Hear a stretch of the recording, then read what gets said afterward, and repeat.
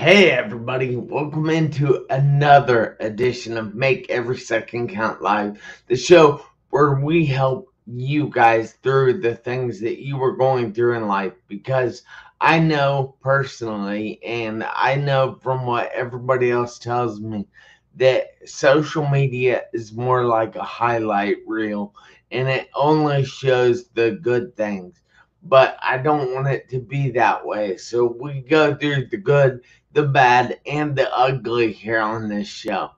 But I ask you if you would please share the episode out, invite all kinds of people to watch it, and don't forget to give us thumbs up, hearts, frowning faces, cry faces. Heck, you can even get mad at us. I don't care. Just help us trick the algorithm on Facebook.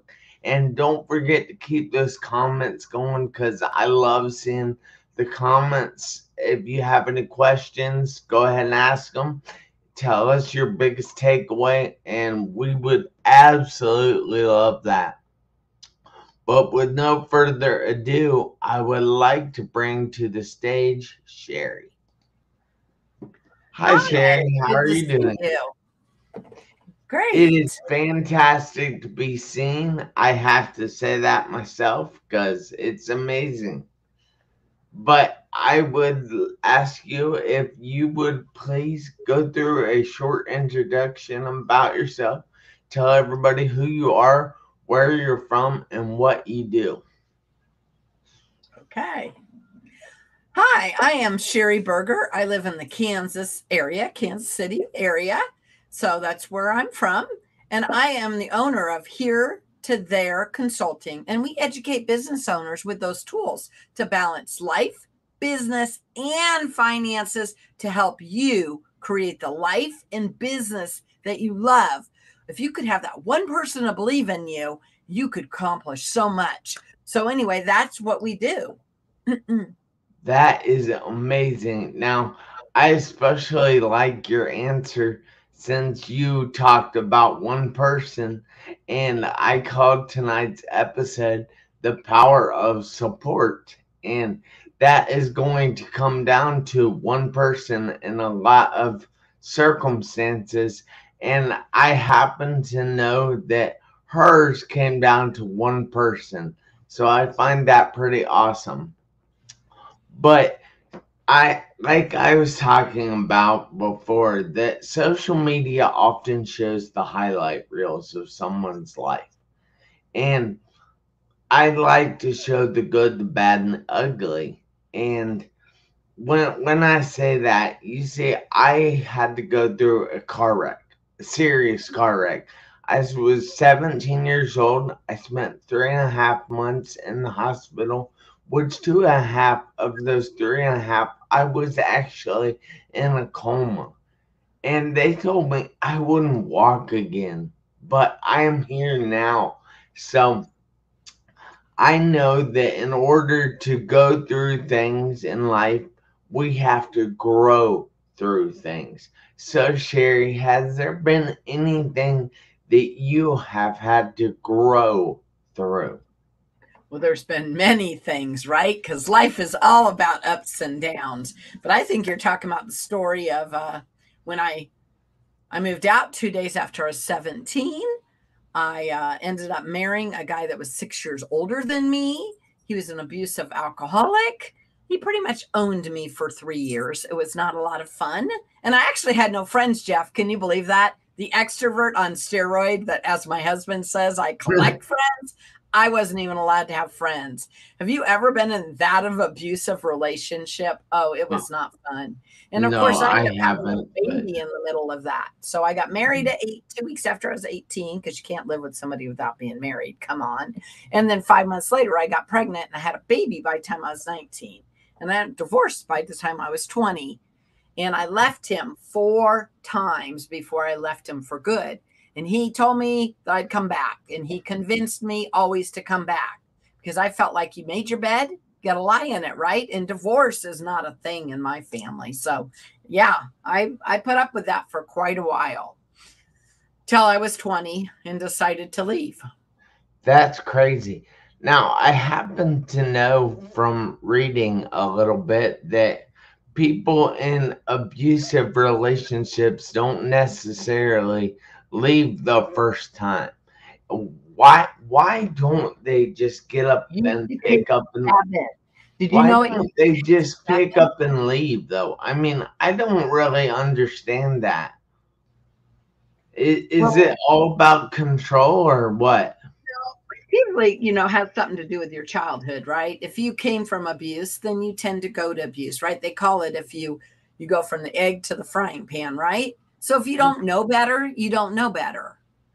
So my friend Gerald used to always tell me, he just passed away 2.5 years ago. He was my second dad, and I lost him. It was a really, really hard loss for me. But he used to say to me towards the end of his life, who in the heck would have known you 30 years ago?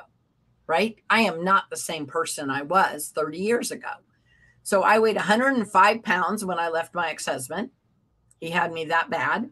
I weighed 100 and I was 119 when we got married. I weighed 155 at full term. And by the time my son was 5 months old, I weighed 105 pounds. Yeah, I was skin Wow. and bones, had no friends, no whatever. I had no GED, no driver's license, and no money because he drank it all. So that makes it really hard to figure out what to do next. But if you can have that one person that believes in you. So Gerald Harris, I actually dedicated my book to Gerald Harris, but Gerald Harris was that one person when I was 18 years old, when I was pregnant and I was married to an abusive alcoholic. He believed in me. And when I wanted to leave, people told me I couldn't. What are you going to do? You can't. What are you going to do? And people would even tell me I wasn't that pretty. I wasn't that smart. What am I going to do? And so if you feel that way and that your husband tells you that you're lucky to be with him and all that crap, you believe these lies, right? Yeah. You believe those lies. So it's really hard. I've been in Al Anon and everything else, and I've been in lots of counseling. And I think being in counseling does not make you weak. It makes you strong. It helps you overcome things. And I've been Yeah. in EMDR, and I'm a big advocate of always becoming the best version of yourself, right? That's how we met, Jeff. So, Yeah. anyway, but I'm very big about that and always being a continuous learner. So, I left my ex husband, no GD, no driver's license, no money. He even ran up all the bills. So, trying to get an apartment and get your gas and your light and back then we had phone bills, all that stuff. Oh my gosh, it was hard. And I got my GD, I got my driver's license. I worked 30 hours a week 30 hours, 30 hours a week at the hospital, serving people in the cafeteria. And then I went on to go to college. And I didn't think I could go to college because people tell me you're not smart enough. Go to continue ed. You can't do this. But I had the one person that said, do you want to or you don't? And I'd be like, don't you hear what everybody else is saying? Do you want to or you don't? And I'd be like, oh my gosh. So I took my entry exam to go to JUCO, and I had to take fundamentals of reading, fundamentals of math. I had to take learning strategy. I have a form of dyslexia. Really? Yeah, that's no more than anything. If you're in a wheelchair or you or whatever, it's not, everybody has a vice, I guess you can say, that could hold you back. But you know what? I went on and I went to JUCO and I took basic classes the first year. And I thought I was stupid. And I came home and I said, see, Gerald, when I took my entry exam, I said, look, I can't do it. You know what he said, Jeff? Do Oh. you want to or you don't? And I'd be like, okay. And I got straight A's that year, that semester. I never seen those before in my life. My son got sick. I had an 18-month-old, 20 years old, and I had 20-year-old kids saying, my parents told me I either had to get a job or go to school. And I'm like, really? Because I've got a job, I'm going to school, and I'm raising a kid. And I didn't get child support. People talk about child support. I'm like, what is that? I didn't get no child support. I didn't have family support. I had to figure it all out. And that one person believing in you and saying, do you want to or you don't? Right. And then you just keep moving forward. So when I graduated from JUCO, our junior college here, oh my gosh, I couldn't believe it. Now it took me 3 years to get a 2-year, but I couldn't believe it. And then you know what Gerald did? I had grants, I had scholarships, I had whatever to go to school because I had to figure it out. And you had to keep your grades up, and I had to apply for all this stuff. And I just had to figure it out. And my son and I were on welfare, and we couldn't make it. And all I wanted to do was get on the other side to be able to provide for my son. So I had to do all these obstacles. So Gerald paid for half of my tuition at Park University. Wow. And I told him, no, you cannot do that. I decided I couldn't rely on anybody, only me. And by the way, God has humbled me and telling me that God uses other people to help you. And that I was being arrogant with that. But as a 20-year-old, I was like, people didn't take care of me. I can take care of myself. I'm going to figure it out. And you know what he said? He said, well, I just did. And now you have to graduate from Park University. So I graduated back in 1996 with a computer-based information systems and a business degree. And I was the first college graduate of my whole family. Yeah, I'm the dumb one. Congratulations. Right? So it was a big accomplishment. It was a lot of obstacles to get through. And along the way, I met the love of my life. I married my best friend and had 3 more kids and stuff like that. I have 4 kids now. And my oldest turned out okay. Do you know what he does? Do you know what my oldest does? He's a pastor, and he's married to a pastor. So he turned out okay amongst all the craziness, right? Yeah. And I left my ex-husband because I knew what it was like to have somebody get hit in front. Like when he'd hit me, and he didn't really hit me. He would go within inches of my head and put a hole in the wall to make me behave. He would throw me on the bed to make me behave, but he never hit me. Come on, Jeff. Yeah. And he had to be drunk to do this, right? Yeah. So I justified it. But when he did that kind of stuff in front of my son, I could not have my son grow up that way because I knew what it was like, and I didn't want that for him. So that was my motivation. I swear I'm alive today because I would have killed myself. But I believe in God, and I was scared of me deciding, right? I mean, he had me that depressed and that bad. And I didn't want him to end up raising my kid. And so I did all that for my child. And over time, I started doing it for myself. But that kid, I swear, he saved me. And I named him Matthew, which means gift from God. And since he was 2, he said he wanted to be a pastor. And guess what? That's what he does today. So God has a calling on people's life, right? And that's another reason I do what I do is because what is your calling? And are you living your life in your business on purpose? Because we only get one life. You know that, Jeff. Yeah. 4.5 years ago, I almost died when my whole colon was shutting down. That was another obstacle, a whole different story. But God gave me a second chance. I should be on a bag. All these things should have happened to me. And look at me, I'm here. So I'm like, okay, you don't know. Would you say make every second count? That's why I love your show. Make every second count. And God has a mission and a vision and a purpose for you, which is what I write about in, chapter 2 of my book. And you were talking about those people in your life. That's chapter 4 of my book. It's so important to surround you around the right people. And if you don't believe in yourself, find somebody that believes in you until you can learn to believe in yourself. Because that's what I had to do, right? I had to learn to believe in myself over time. Yeah, that's awesome. Now, one thing that I have noticed about people and doing this show for as long as I have is that people rely a lot on other people to help them out. Oftentimes when they are in that time of need.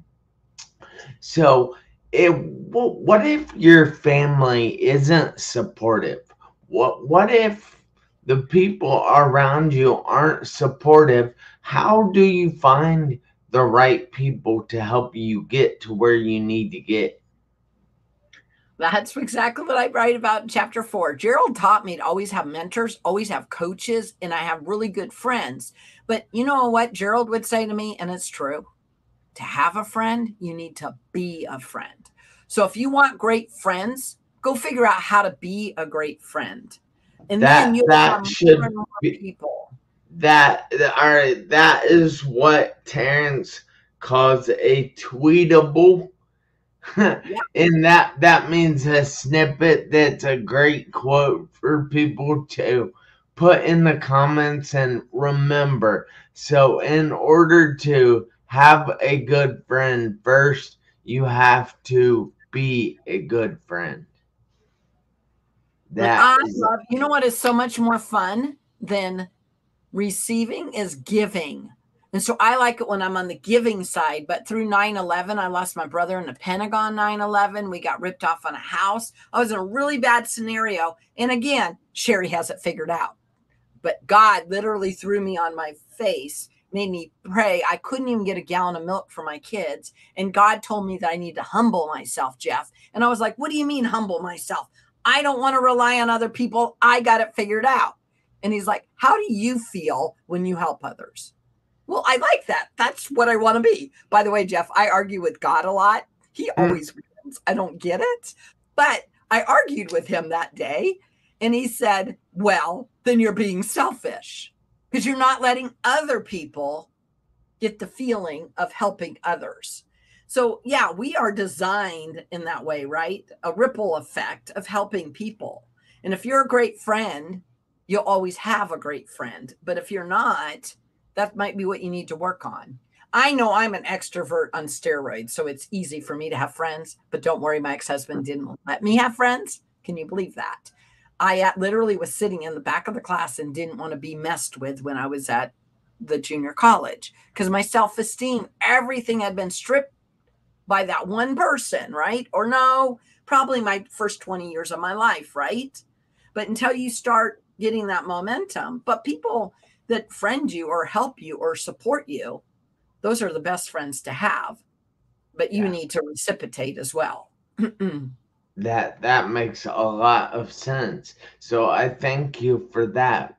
But it's like I'm still baffled by the fact that some people can't find that support, can't find the people that are willing to help, or they've used a couple people too many times for support and they haven't really given support, and that person kind of says no, no more.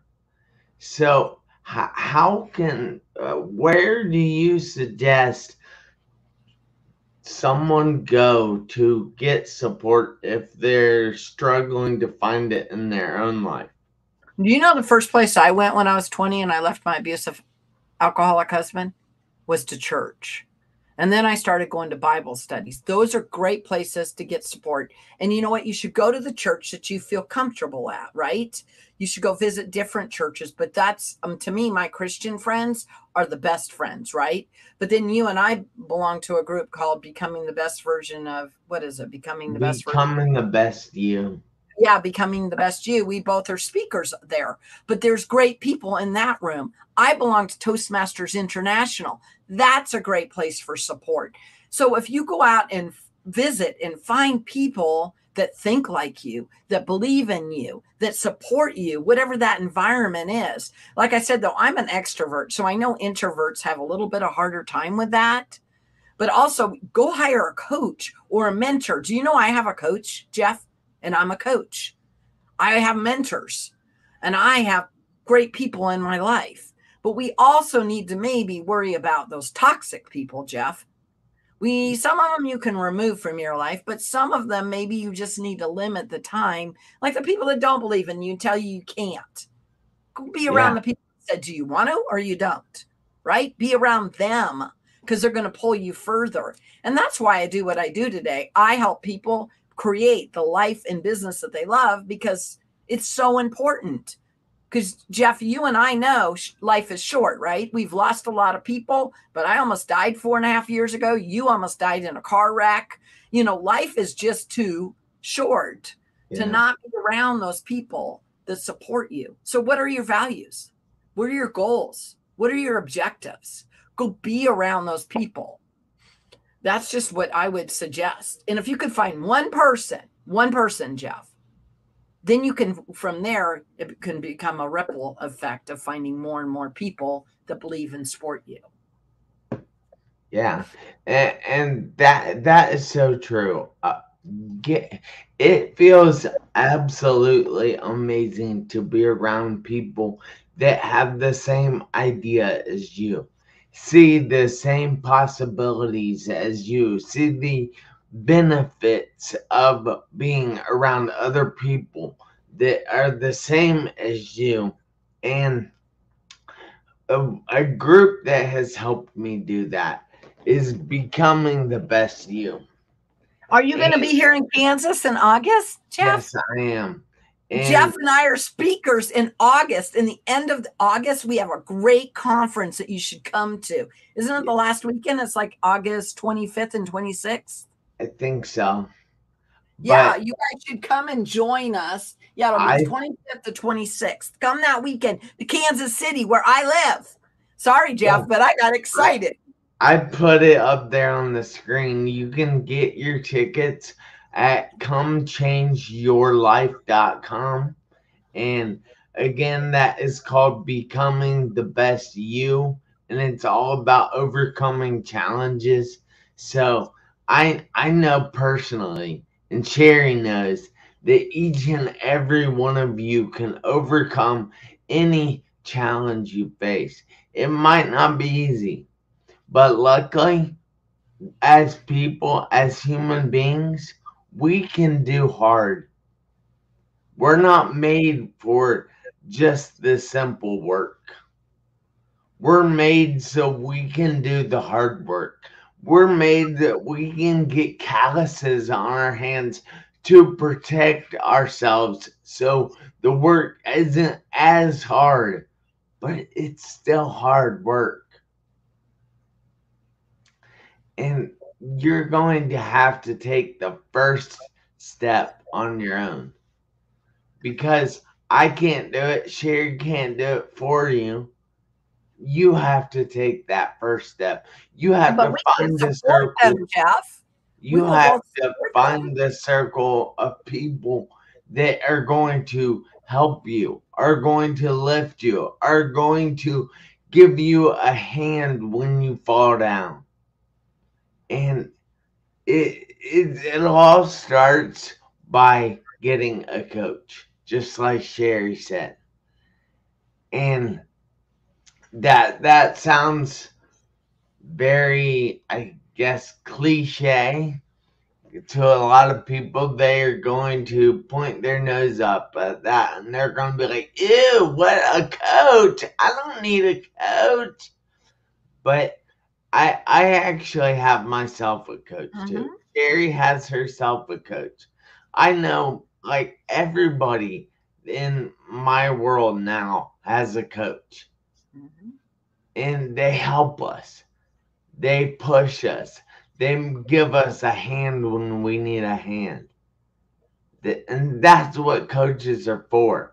So get yourself a coach, guys. So, Sherry, I have to ask. You talked a little about your book there. What is your book called? What what does it cover, and how can people get a hold of your book if they want to read about your genius? The name of my book is this is actually a copy, as you can see, but the name of my book is Here to There Revealed, and it's a system for balancing your life and your business. So it's a great way, I call it a coach in a box, right? So it's a great way to start putting your puzzle pieces of your life together. Everything starts with mindset. Did you know that? Everything Yeah. starts with mindset. So, mindset's chapter 1. Chapter 2 is on your vision, your purpose, and your mission, not just for your life, but for your, I mean, not just for your business, but for your life, to make sure they're aligned.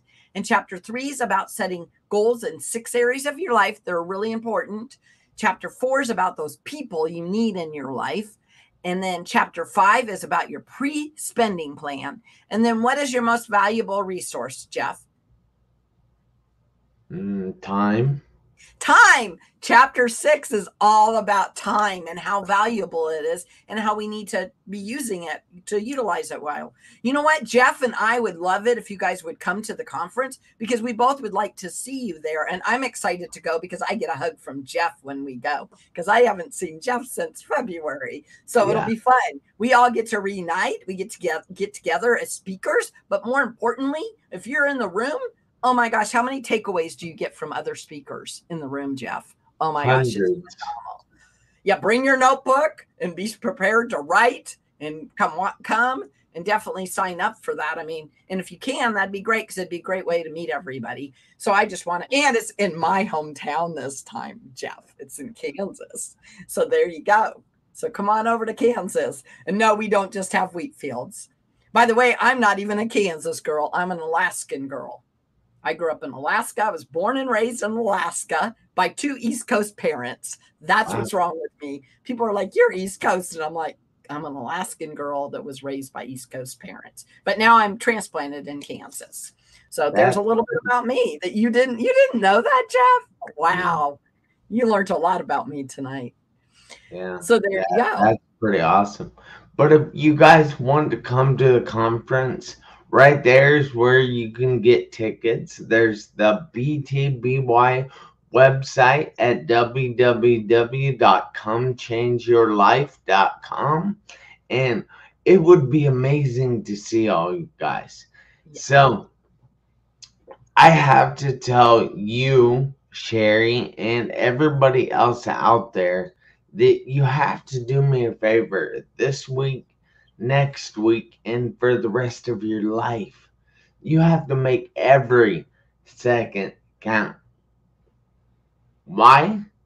Because you never know when those seconds are going to run out on your one life. Guys, remember, we're here every Tuesday, 7 p.m. Eastern Time, on the show where we try to help you through the things that you are dealing with in life. But until next time, I hope you have a fantastic evening, and I'll see you later. Thank you so much, Sheri. Thank you for having me on. Bye, guys.